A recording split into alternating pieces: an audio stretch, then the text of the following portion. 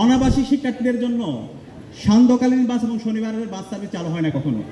আমরা সেটা দায়িত্ব নিয়ে আমরা কিন্তু ইশতেহারে এটা বলি নাই, ইশতেহারের বাইরে এটা কাজ, সেটা আমরা বাস্তবায়ন করে দেখিয়েছি। আমরা যখন প্রশাসনকে বলেছি, প্রশাসন বলেছে আমাদের কাছে ফান্ড নাই, তখন আমরা নিজেরা ইউজিসিতে গেলাম, ইউজিসিতে গিয়ে 4.5 কোটি টাকার ফান্ড আমরা নিয়ে আসছি।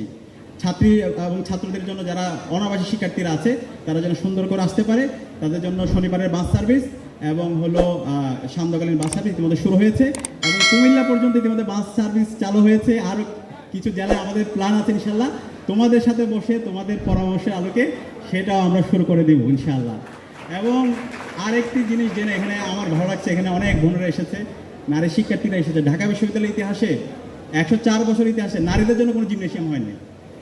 আমরা তোমাদের জন্য প্রায় 70 লক্ষ টাকা খরচ করে ঢাকা বিশ্ববিদ্যালয় সেন্ট্রাল ফিল্ডের মধ্যে তোমাদের জন্য আমরা নারীদের জন্য জিমনেশিয়াম স্থাপন করেছি। জিমনেশিয়ামের কাজ শেষ, আশা করছি তোমরা যাবা এবং ছাত্রদের জন্য তোমাদের জন্য যে জিমনেশিয়াম আছে সেটাকে আমরা আধুনিকায়ন করার জন্য কাজ করছি।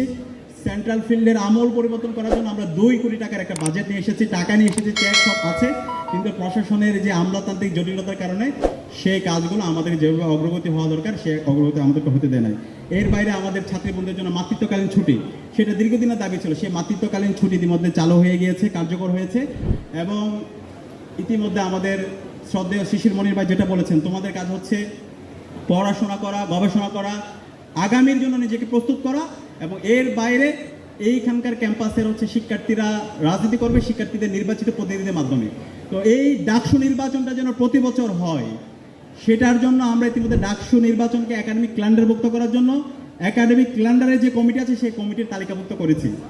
তো আশা করছি ইনশাআল্লাহ ডাকসু নির্বাচন প্রতি বছর হবে এবং প্রতি বছর নির্ধারিত সময় ডাকসু নির্বাচন